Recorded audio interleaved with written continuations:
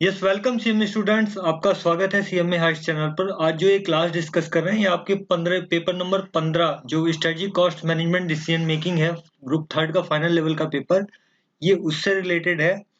और जो आज क्लास नंबर हम डिस्कस कर रहे हैं उस क्लास का नंबर है 55 तो ये 55 नंबर जो आ रहा है ये स्टडी नोट को फॉलो करते हुए एक क्लास नंबर एक आ रहा है। हम आपका जो है स्टडी नोट 4 पे चल रहे थे, जहाँ पे आपका एबीसी जिट ईआरपी बेंचमार्किंग ये सब टॉपिक हैं। तो उसको हम अभी 4.2 राइट 4.2 हम ले रहे थे, और 4.2 में हमारा अभी जिट चल रहा था जस्ट इन टाइम। और मैंने इसको आपको थ्योरेटिकल पोर्शन के साथ एक इलस्ट्रेशन भी, इसमें इलस्ट्रेशन नंबर 6 को डिस्कस किया था इमीडिएट पिछली क्लास में। अब जो उसके रिमेनिंग दो इलस्ट्रेशन हैं वो हम इलस्ट्रेशन नंबर 7 और 8 आज हम उसको लेके चलेंगे, ठीक है। ओके, अब ये जो इलस्ट्रेशन है जिट से रिलेटेड है, इसमें एंट्रीज की बात करता है ये कि एंट्रीज कैसे की जाती हैं जिट सिस्टम में, ट्रेडिशनल सिस्टम से क्या फर्क होता है। तो सबसे पहले मोटी बात ये समझनी होगी कि जिट सिस्टम ट्रेडिशनल सिस्टम से कैसे डिफरेंट है, ठीक है। ये जिस पहले एक बार सवाल पढ़ लेता हूँ, फिर आपको और चीजें समझ में आ जाएंगी। तो इलस्ट्रेशन 7 को मैं पढ़ना शुरू करता हूँ। Dandiya limited follows JIT system. JIT stand for just in time. It has following transaction in May 2014, right? ये 4 ट्रांजेक्शन इन्होंने किए हैं। Raw material were purchase for ₹2 lakhs. Direct labor cost incurred ₹36,000. Actual overhead cost incurred ₹3 lakhs, and conversion cost applied ₹3,16,000, right. तो यहाँ आप चारों term में मुझे लगता है रॉ मटेरियल को भी जानते हैं, लेबर को भी जानते हैं, ओवरहेड्स को भी जानते हैं। ये कन्वर्जन कॉस्ट क्या होती है? कन्वर्जन कॉस्ट में क्या होता है आपका? Conversion cost is basically labour cost आपकी एंड ओवरहेड, ये कंबाइंड जो है वो कन्वर्जन कॉस्ट है, मतलब आपने उसको जो कन्वर्ट किया, right. Okay, all materials that were purchased were placed into the production। यही जिट की ब्यूटी है, ठीक है। जिट में क्या है कि आप उसको मटेरियल को कहीं भी, ऐसा नहीं कि आप ऑर्डर देते हैं फिर स्टोर में लगते हैं फिर स्टोर से इशू करते हैं फर्दर, ऐसा नहीं। You directly place into the production system and the production was also completed. जो आपने जो प्रोडक्शन भी कंप्लीट कर लिया and sold during the month. तो जो जिट में होता है, जिट की खूबसूरती तो यही है कि वो जब करता है काम जब आपको ऑर्डर होता है ना। वो पुल टेक्निक है जो आप पहली क्लास में हमारी पढ़े होंगे। तो हम the difference between the actual and applied cost is computed. तो ये आपकी जो एक्चुअल कॉस्ट है, आप देखेंगे ये आपने एक्चुअल कॉस्ट की है यहाँ पे इनकर्ड, ठीक है। ये एक्चुअल कॉस्ट इनकर्ड की हुई है, और ये अप्लाइड कॉस्ट है। इसके डिफरेंस को कंप्यूट किया गया, ठीक है। और इसको मतलब इन्होंने कंप्यूट कर लिया।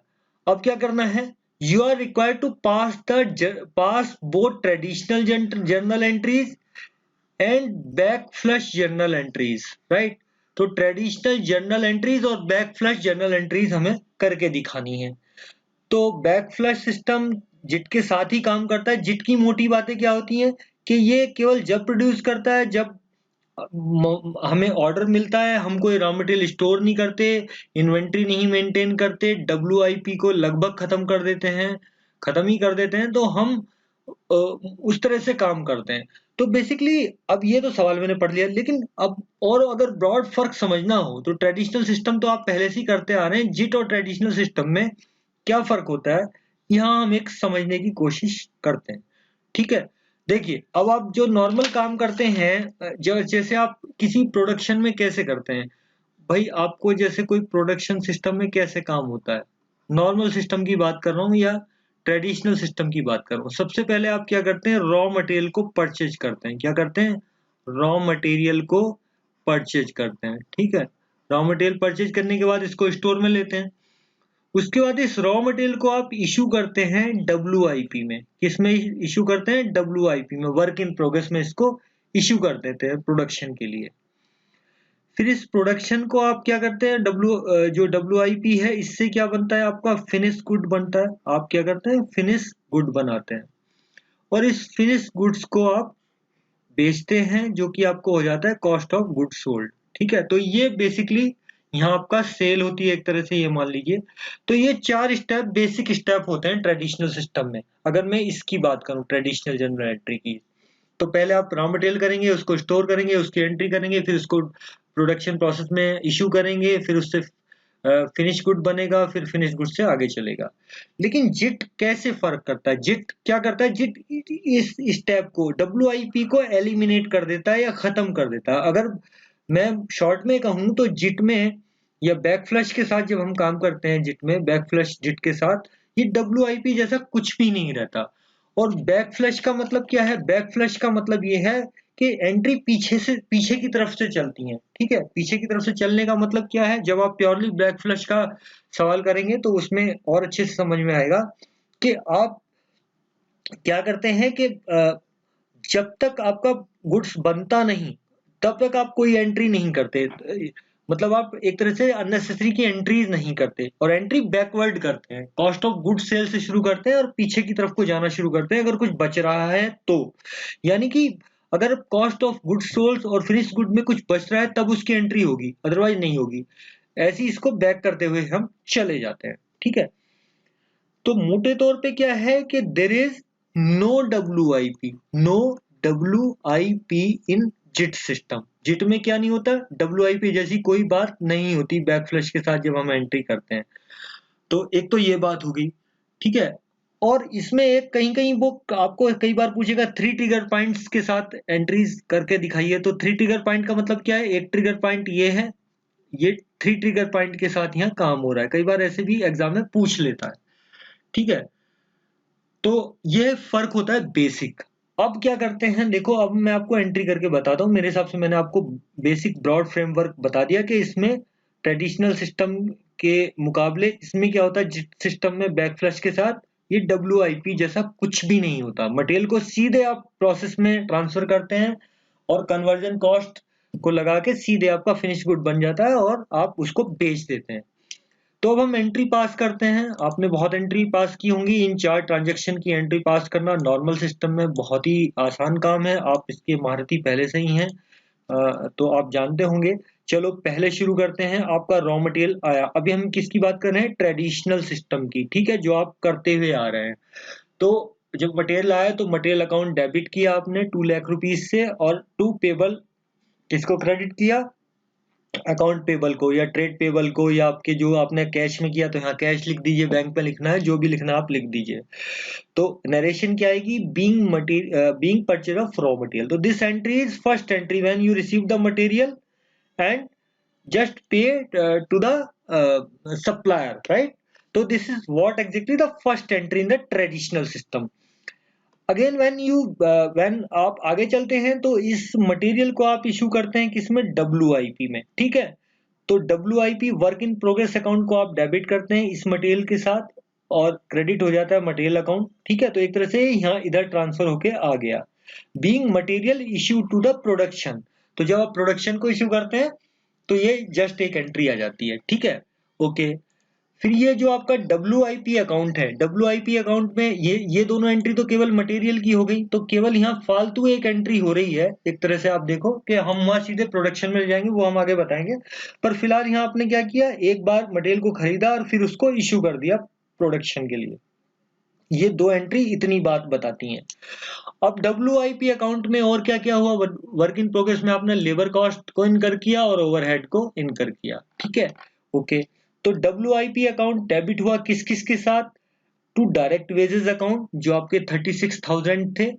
तो WIP account debit 36,000 to direct wages account being direct labour cost incurred हुई। और क्या हुआ, overhead control account to account payable. Overhead controlled account ये वाला आपका ओवरहेड को आपने चूंकि इनकर्ड किया, आपने ओवरहेड इसको ओवरहेड कंट्रोल अकाउंट को डेबिट किया और इसको पे कर दिया। ठीक है, तो ये भी एक एज गुड एज आपकी मटेरियल जैसी एंट्री होगी कि आपने ओवरहेड को जस्ट यहाँ पे आपने रिकॉर्ड किया एक तरह से। इसकी नरेशन क्या आएगी, बीइंग ओवरहेड कॉस्ट इनकर्ड, ठीक है, तो आपने ओवरहेड कॉस्ट इनकर्ड कर दी।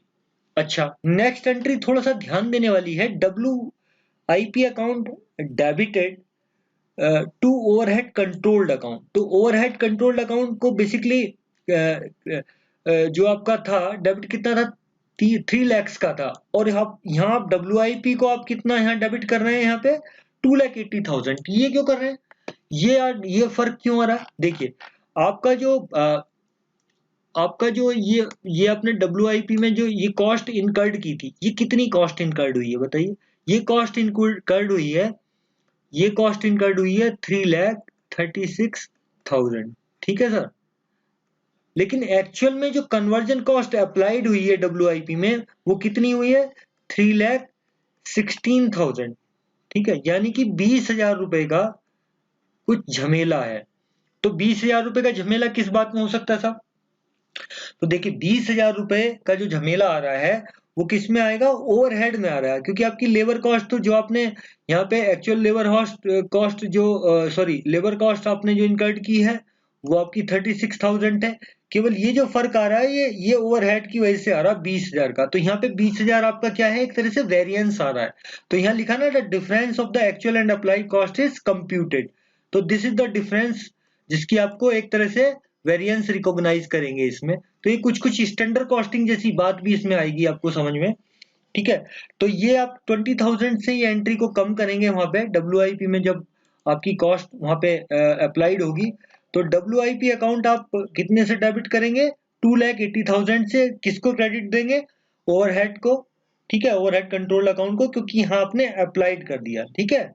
तो अप्लाइड कितना किया आपने यहाँ पे, 3 लाख की जगह 2,80,000 आपने अप्लाइड किया यहाँ पे, ठीक है, ओके, यहाँ तक हम आ गए थे। फिर इसके बाद जो आपके WPI अकाउंट बना, इसमें क्या क्या है आपका, 2,80,000 ये है, और आपका 30,000 WIP अकाउंट में अभी फिलहाल क्या क्या है बताइए। देखिए तो WIP के अंदर एक तो ये है 2,80,000 आपके ओवरहेड है, ठीक है साहब, और क्या है 36,000 आपका क्या है लेबर कॉस्ट है, और मटेरियल कितने का है, 2 लाख का है, ठीक है। ये सामान है हमारे पास। तो इसको अगर जोड़ेंगे तो ये कितना आएगा, 2 लाख 2,80,000 4,80,000। तो अच्छा मैं जोड़ देता हूँ, 6 आ जाएगा ये, 3 और 8 11, और दिस 5,16,000। इतना आपका ये अभी है WIP के अंदर। तो इसको आप यहाँ पे WIP के दिस वन, ठीक है, 2,80,000, और आपका ये लेबर कॉस्ट 36,000, और आपका मटेरियल कॉस्ट 2 लाख। इसको आप कैसे करेंगे, इसको ले जाएंगे आप फिनिश गुड में, ठीक है। तो फिनिश गुड अकाउंट आपका डेबिट कितने का होगा, फिनिश गुड अकाउंट आपका डेबिट होगा 5,16,000 से डेबिट होगा, और क्रेडिट किसको जाएगा, ये आपका क्रेडिट होगा WIP अकाउंट उतने ही रुपए से। अब जो आपका ये इसमें क्या हुआ, being the production completion of the goods, तो आपने आपका फिनिश गुड आपने बना लिया, ओके। अब जो ये फिनिश गुड आपने बनाया, इसको आप क्या करेंगे, सेल करेंगे फिर, ठीक है। यहाँ ये क्या करेंगे, इसको सेल करेंगे। तो ये आपका एक एंट्री आएगी, cost of good sold account debited by this amount and to finish good को ये क्रेडिट हो जाएगा, राइट। तो being the cost of finish good sold transferred, तो आपने जो फिनिश गुड बनाए थे उनको कॉस्ट ऑफ गुड सेल में अकाउंट में ट्रांसफर कर दिया, तो ये एंट्री उसको बनाएगी। अब जो ये एक एंट्री है 20,000 रुपए की, ये कैसे आएगी, ये जो मैंने बताया था आपको 3,16,000 और 3,36,000, जो आपके 3,16,000 था और 3,36,000 था जो ऊपर बन रहा था, ठीक है, उसका डिफरेंस जो है ये 20,000, वो ये आ जाएगा। तो ये किसको होगा कि ये आपके cost of goods sold account को डेबिट करेंगे हम, और ओवरहेड कंट्रोल अकाउंट को क्रेडिट कर देंगे जो हमने पहले निकाला। इसमें आपने क्या किया, वेरिएंस को यहाँ रिकॉग्नाइज किया। तो ये ट्रेडिशनल सिस्टम से हमने एंट्री करके देख ली। तो ये मेरे हिसाब से कोई दिक्कत नहीं होगी, आप समझ सकते हैं इस बात को, आपने बहुत एंट्री ऐसी की होंगी। बैक फ्लश में क्या फर्क होता है, बैक फ्लश में जैसे मैंने आपको बताया था कि WIP जैसी कोई चीज आएगी नहीं, ठीक है, वहां WIP एब्सेंट होता है, एलिमिनेट होता है। तो क्या होता है उसमें, आप सीधे मटेरियल कॉस्ट को कहाँ, प्रोसेस में ले जाते हैं। तो सबसे पहली एंट्री आपकी रॉ मटेरियल की क्या आएगी, देखिए अब मैं आपकी पूरा स्क्रीन पे रख रहा हूँ सॉरी। तो सबसे पहली एंट्री क्या आएगी, मटेरियल जब आपका आएगा तो raw material in process account, कहाँ पे, रॉ मटेरियल को आपने लाके स्टोर में नहीं रखा, रॉ मटेरियल को you put into directly into process, right. तो raw material in process account debited by 2 lakh to account payable, जो आप पहली एंट्री आपने की थी, being purchase of raw material and you directly put into the process it, ठीक है।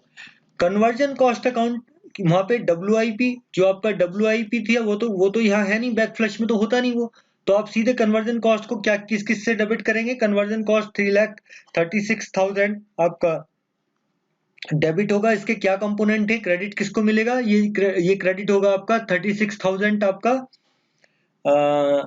Wages के लिए, और अकाउंट और आपके जो अकाउंट पेबल है, ठीक है, वो आपका जो आपने वो ओवरहेड्स आपने इनकर्ड किए वो है। तो इसमें क्या क्या आएगा, बीइंग ओवरहेड कॉस्ट इनकर्ड, तो दो चीज में आपके जो है डायरेक्ट लेबर को आपने कर दिया और आपका जो ओवरहेड्स आपका हो गया। इसके बाद क्या होगा, जो आपके फिनिश्ड गुड कितने के बने, फिनिश्ड गुड बने आपके 5,16,000 के, जो आपने बताए थे, क्योंकि आपके सीधे कन्वर्जन के बाद फिनिश गुड आएगा, फिनिश गुड के बाद आपका कॉस्ट ऑफ गुड सोल्ड आएगा, और वेरिएंस तो आपको वैसे ही रिकॉग्नाइज करना पड़ेगा जैसे आपने किया था। तो यहाँ क्या एलिमिनेट हो रहा है, केवल WIP वाली एंट्री एलिमिनेट हो रही है, तो WIP वाली एंट्री एलिमिनेट हो रही है और सीधे आपके कन्वर्जन कॉस्ट अकाउंट में वो जा रही है। तो ये जो आपका 5,16,000 रुपए का जो आपका फिनिश गुड अकाउंट बना है यहाँ पे, इसको आपने किसको ये तो डेबिट हो गया, क्रेडिट किसको हुआ, ये to raw material process account 2 lakh से और WIP को 3,16,000 से, ठीक है। तो इसकी नरेशन क्या आएगी, बीइंग कंप्लीशन ऑफ गुड्स। तो कंप्लीशन ऑफ गुड जब आपका हो गया, आपके फिनिश गुड बन गए, तो ये आपके फिर इसको कॉस्ट ऑफ गुड सोल्ड में आप ट्रांसफर करेंगे, सेम जैसे आपने पहले किया था ये दो एंट्री के लिए। तो cost of good sold account debited by 5,16,000 to finish good account, ठीक है। तो being the cost of finish good sold transfer, तो ये तो जस्ट एक एंट्री है ट्रांसफर करने की। और cost of good sold account debited by 20,000 to the overhead control account, जो आपका 20,000 है, जो मैंने बताया था कि 3 लाख जो आपका 36,000 माइनस 3,16,000, ये जो डिफरेंस आ रहा है ये किसकी वजह से आ रहा है, ये 20,000 जो डिफरेंस आ रहा है ये कहाँ किसके आ रहा है, ओवरहेड कंट्रोल अकाउंट की वजह से आ रहा को ये क्रेडिट हो जाएगा, ठीक है। तो इससे बीइंग वेरिएंस इज रिकॉग्नाइज्ड। तो मेरे हिसाब से इस तरह से एंट्री होती हैं, आप समझ गए होंगे। WIP को यहाँ एलिमिनेट करना है, मोटे तौर पे ये बात होती है बैक फ्लश के साथ जब हम काम करते हैं, क्योंकि ब्रॉड कॉन्सेप्ट क्या है, हम क्या करते हैं, एक तरह से जीरो इन्वेंट्री की तरफ चलते हैं। जीरो इन्वेंट्री, हमारे पास इन्वेंट्री होती नहीं, मटेरियल जैसे आता है सीधे प्रोसेस में डाल देते हैं, जो कॉस्ट इनकर्ड होती है उसको कन्वर्जन उसमें सीधे चली जाती है, WIP हम बनाते ही नहीं वहां पे, ठीक है। तो आप एक बैक फ्लश के साथ जब जिट को लगाते हैं तो इस तरह की एंट्री आपकी बनती है। इस तरह के सवाल आपके फाइनल लेवल पे भी आ जाते हैं। तो ये सवाल आपका हो गया। नेक्स्ट सवाल की तरफ मैं चलता हूँ, जो कि बहुत ही एक एनालिटिक लेवल का सवाल है, ठीक है। इसमें कई चीजें हैं समझने वाली। Illustration number 8, ultra video company sale package of blank video tape to it customer, ठीक है। ये एक ब्लैंक वीडियो टेप्स ये बेचते हैं अपने कस्टमर को। It purchase video tape from the Yash tape company at 150 रुपये पर पैकेट। तो ये जो यश कंपनी से लेते हैं, यश टेप कंपनी से 150 रुपये पर पैकेट ये खरीदते हैं और अपने कस्टमर को बेचते हैं पैकेज के फॉर्म में, राइट।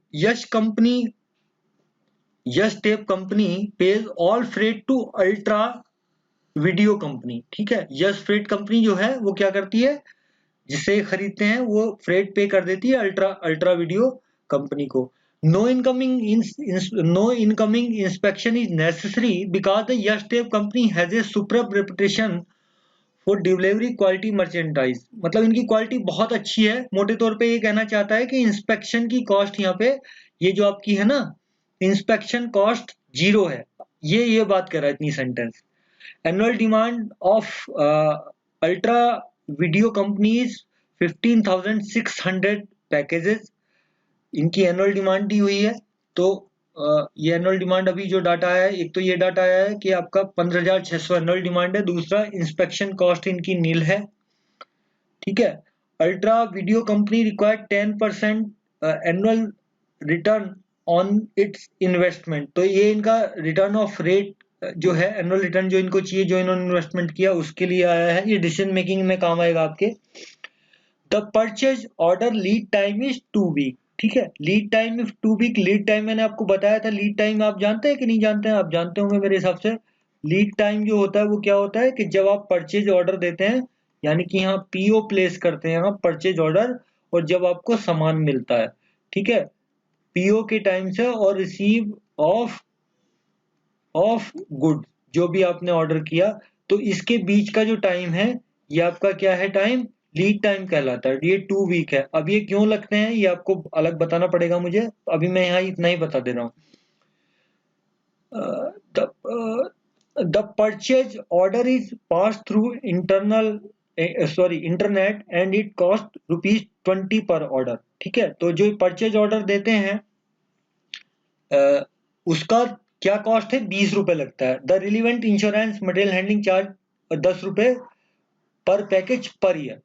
₹10 इसकी क्या कॉस्ट है एक पैकेज को, उसका इंश्योरेंस मटेरियल हैंडलिंग वगैरह वगैरह की कॉस्ट है। तो इसमें क्या क्या कॉस्ट आ गई आपकी, एक तो ऑर्डर कॉस्ट आ गई, एक आपकी ये आपकी इंश्योरेंस हैंडलिंग की कॉस्ट आ गई, ये पर पैकेज में है और ये ऑर्डर में है।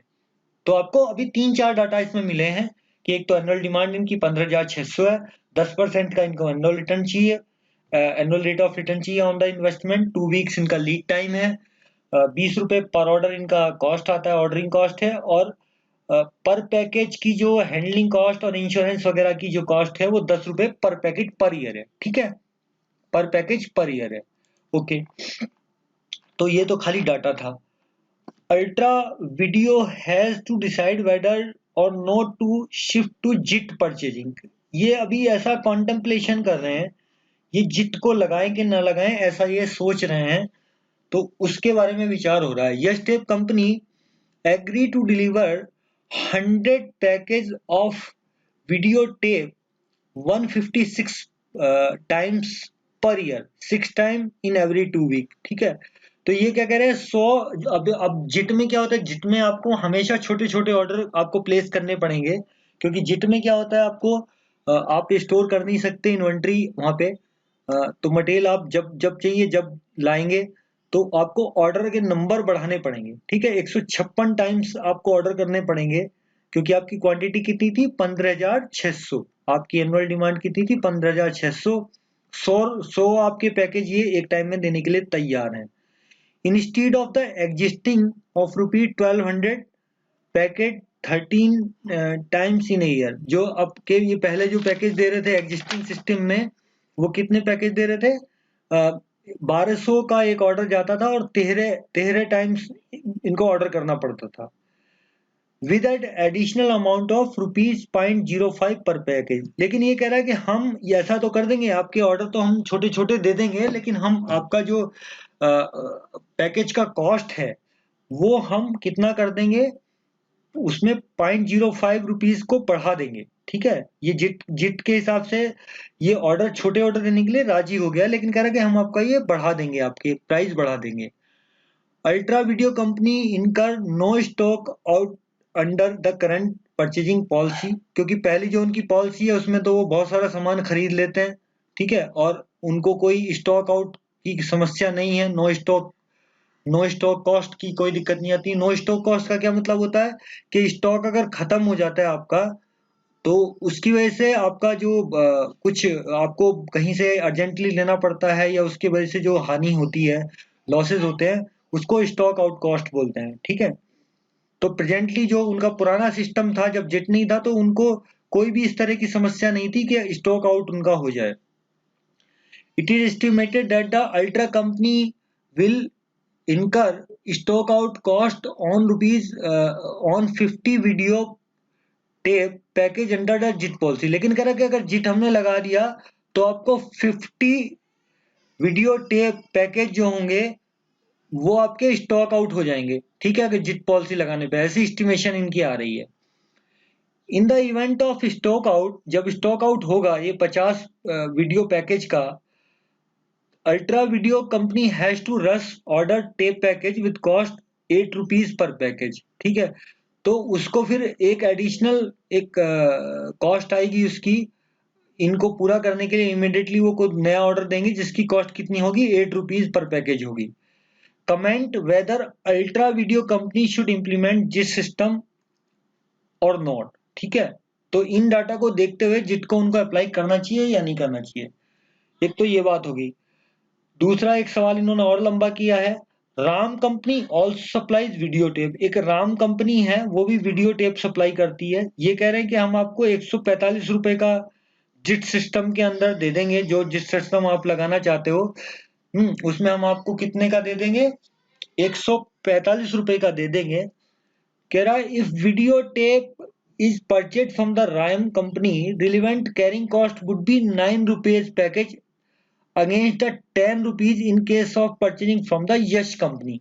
तो ये कह रहा कि आपकी जो कैरिंग कॉस्ट है, जो हमारी कैरिंग कॉस्ट थी, इंश्योरेंस कॉस्ट वगैरह जो थी, हमारे केस में वो 10 रुपए की आ रही थी। अगर ये राम से परचेज करते हैं तो वो 9 रुपए की कॉस्ट आएगी। ठीक है, however Ram company does not enjoy sterling reputation for the quality. लेकिन कह रहा है कि राम लिमिटेड जो ये टेप सप्लाई करेगा इसमें क्वालिटी में थोड़ा डाउट है, तो उसके लिए क्या करना पड़ेगा इनको, ultra video company anticipate the following negative aspect purchasing tape from the Ram company. Ram company से अगर ये आपका ऑर्डर करते हैं तो इनको सस्ता तो मिल जाएगा, इनकी कैरिंग कॉस्ट भी कम हो जाएगी, लेकिन इनकी क्वालिटी इतनी सुपीरियर नहीं है, तो उस क्वालिटी को लेकर कुछ कंसर्न है।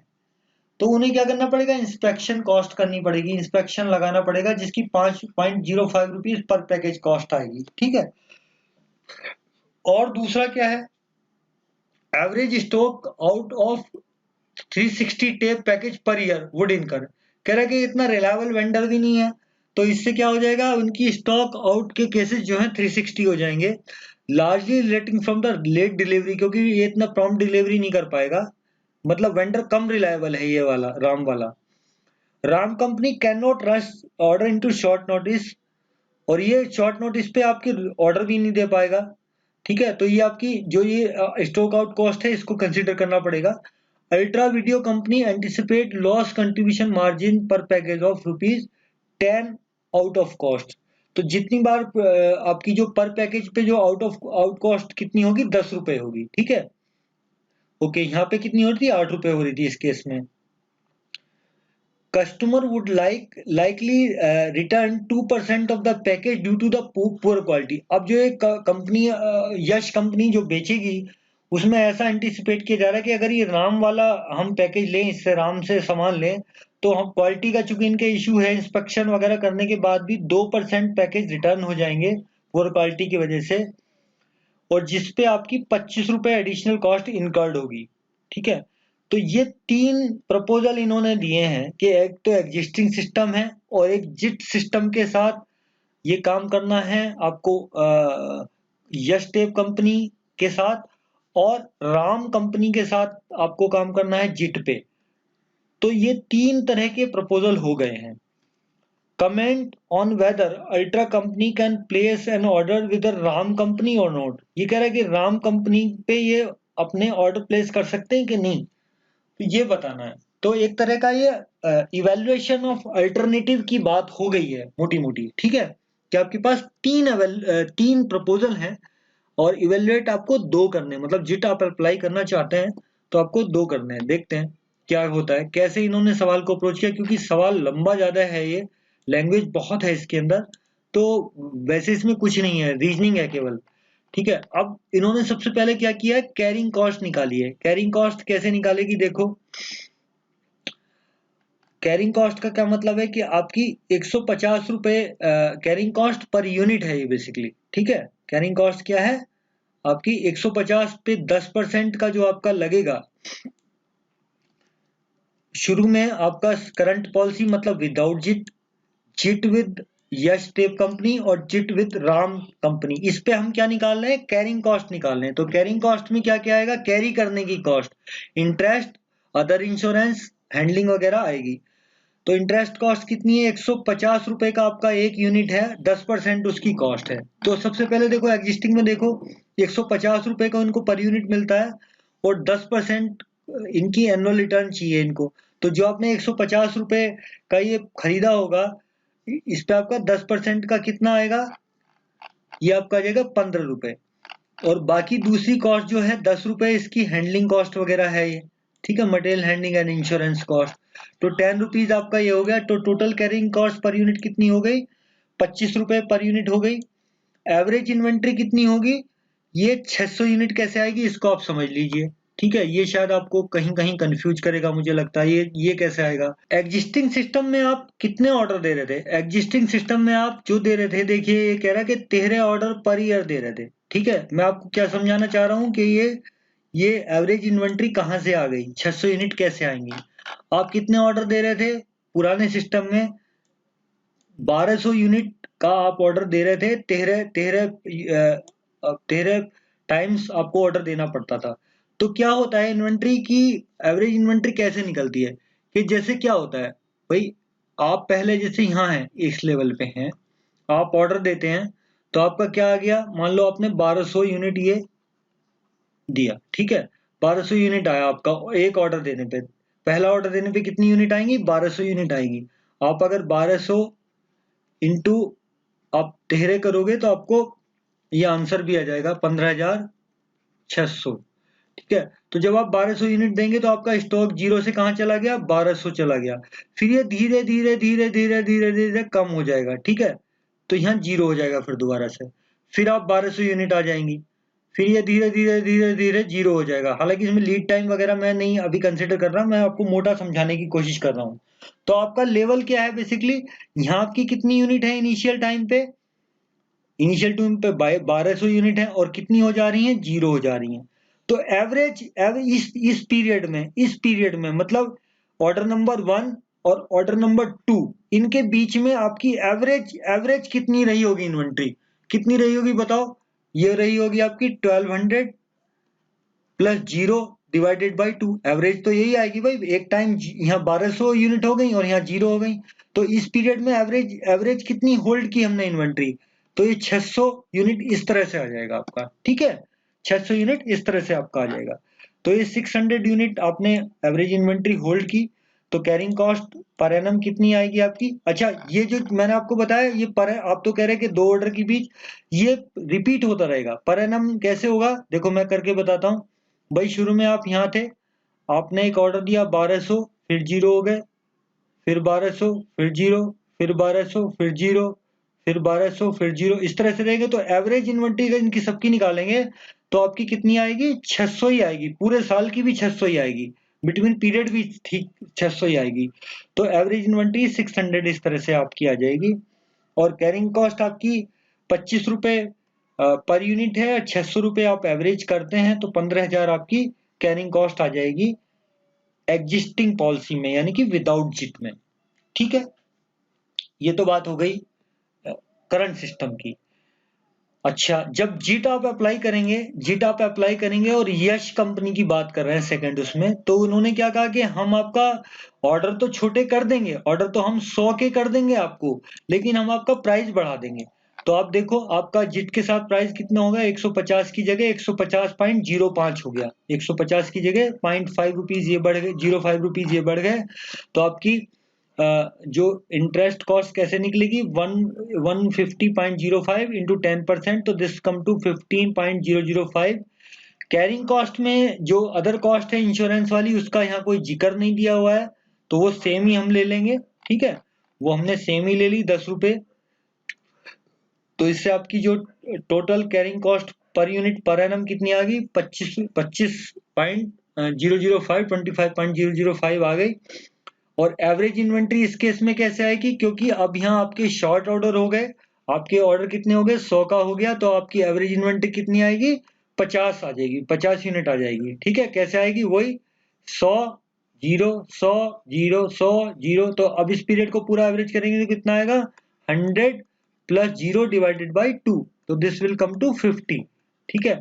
तो 50 यूनिट एट ए टाइम आप होल्ड करेंगे एवरेजली, तो कैरिंग कॉस्ट पर एनम कितनी आएगी 25.005 into 50, तो this will come to the carrying cost per annum कितनी आ जाएगी इस केस में जिट विद यस टेप कंपनी के साथ 1250 रुपए आ जाएगी।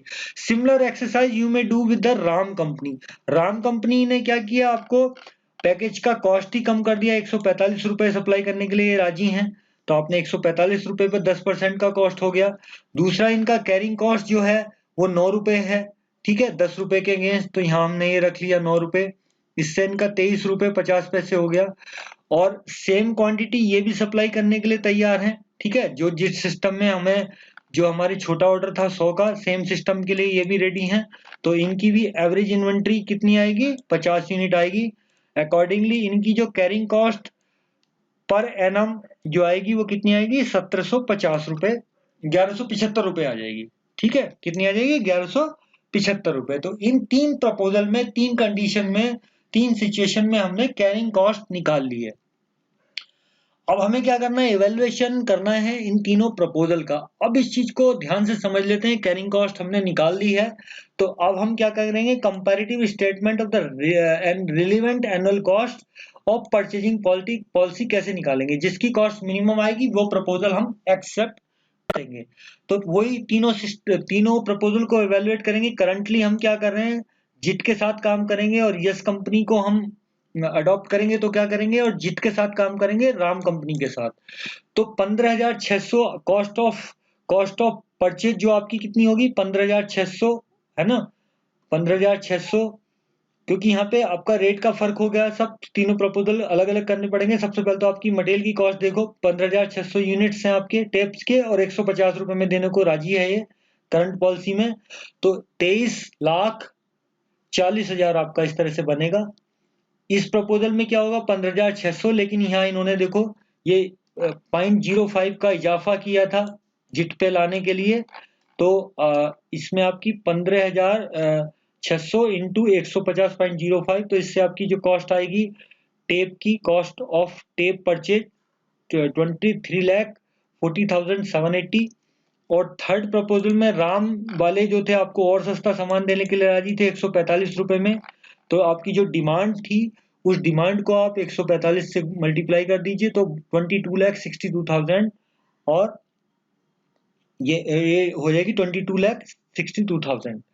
अब इसमें क्या है, ये तो कॉस्ट आपकी आइटम की होगी। अब इसमें जो रिलेवेंट जो आइटम है बाकी, कैरिंग कॉस्ट जो है, कैरिंग कॉस्ट आपने ये यहाँ निकाली हुई है, तो कैरी कॉस्ट इसके 15,000, 1250 और 1175, ये तीनों एंट्री सी वाली आप सीधे यहाँ से ऊपर से ड्रॉ कर सकते हैं। ऑर्डर और बाइंग कॉस्ट कितनी होगी, अब देखो इसमें हर चीज में अलग अलग होंगी, किसी में इंस्पेक्शन है किसी में नहीं है, तो वो उस हिसाब से देखना पड़ेगा।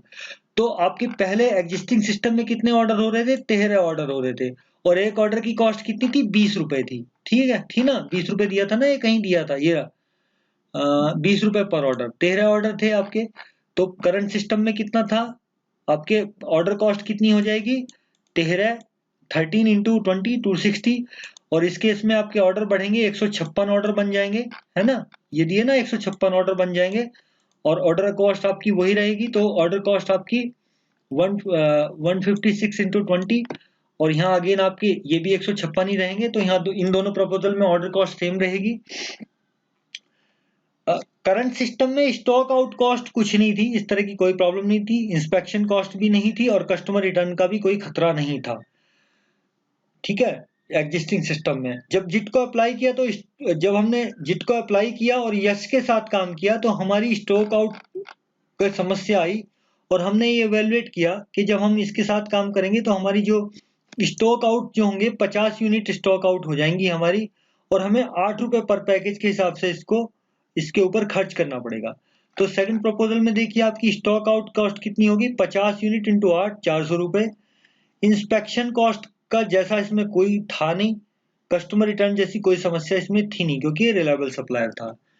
थर्ड प्रपोजल में आपकी जो स्टॉक आउट कॉस्ट है वो बहुत ज्यादा है, आपके जो स्टॉक आउट के इवेंट हो रहे हैं वो कितने हो रहे हैं, इसमें शायद दिया था 360 पैकेज आपके स्टॉक आउट हो सकते हैं, और आपको 10 रुपए के हिसाब से ये आपको पड़ेगा।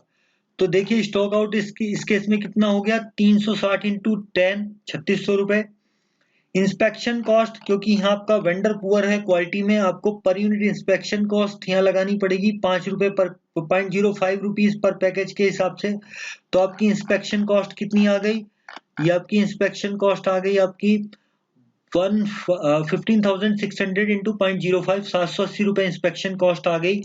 और जब आप राम के साथ काम कर रहे हैं तो आपको आपका कस्टमर से रिटर्न भी आएंगे, 2% आपके पैकेज रिटर्न होंगे।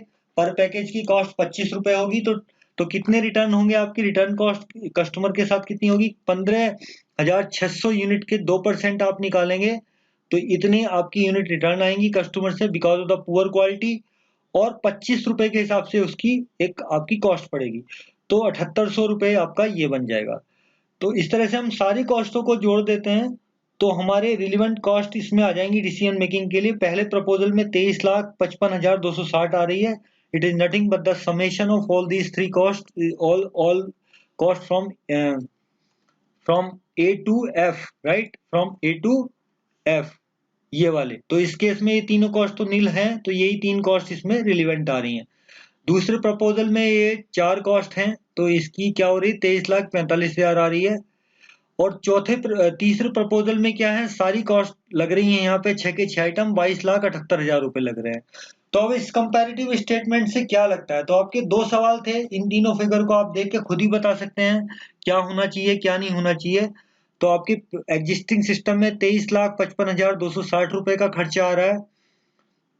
जब आप जिट को लगाते हैं और यस टेप कंपनी के साथ काम करते हैं तो 23,45,550 रुपए टोटल आपकी रिलेवेंट कॉस्ट आ रही है। और थर्ड प्रपोजल जो कि आपका जिट को अप्लाई करके राम कंपनी के साथ काम करते हैं, जिसकी आपकी क्वालिटी भी पुअर है लेकिन वो सस्ता देने के लिए तैयार है, तो उस केस में आपकी टोटल कॉस्ट कितनी आती है, 22,78,475 रुपए। तो हमें उसने क्या पूछा था, हमें पूछा था कि पहली बात पूछी थी उसने, जिट अप्लाई करें कि नहीं करें, पहला तो शायद ये पूछा था, company weather or not to shift for जिट, पहली बात तो ये पूछी थी। तो जिट पे करना चाहिए, इनको स्विच करना चाहिए, बिल्कुल करना चाहिए, जिट पे तो दोनों आ रहा है। और दूसरा क्या कह रहा है कि राम के साथ ऑर्डर लेना चाहिए, तो अब देखो लेना चाहिए कि नहीं, कॉस्ट तो कह रही है लेना चाहिए। इन्होंने कमेंट दिया है क्या है कंक्लूजन दोनों चीजों का, compare to the present system JIT with yes company will result cost saving, जो आपकी इन दोनों प्रपोजल की कॉस्ट सेविंग है इन दोनों के बीच की एग्जिस्टिंग सिस्टम से, और जिट अप्लाई कर रहे हैं यस कंपनी के साथ, तो इससे आपकी कॉस्ट सेविंग कितनी आ रही है, 9,700 रुपए, सॉरी 9710 रुपए। तो जिट को इम्प्लीमेंट किया जाना चाहिए। सेकंड में क्या करना है कि राम के साथ कर सकते हैं क्या, तो आप किस किस को कंपेयर करेंगे सेकंड प्रपोजल के लिए, अब आप कंपेयर करेंगे इन दोनों को। तो इसमें आपको देखो यस के साथ करना चाहिए, comparing the present system JIT with yes tape company and Ram company, JIT with the Ram company result in the best least total cost, hence the package may be brought from the RAM company, it is more apparent that the cost is less। ठीक है, तो ये एक relevant cost का एक तरह से सवाल हो गया। तो इस तरह से आपका ये पूरा जो टॉपिक था 4.2 जिट के साथ पूरा हो जाता है। अब अगली क्लास में हम आपको 4.3 कराएंगे। ठीक है, तो ये छोटा ही चैप्टर है, इसके बाद हम नेक्स्ट चैप्टर पे चलेंगे। मेरे हिसाब से आपको समझ में आया होगा। You enjoy the learning. ठीक है, थैंक यू वेरी मच।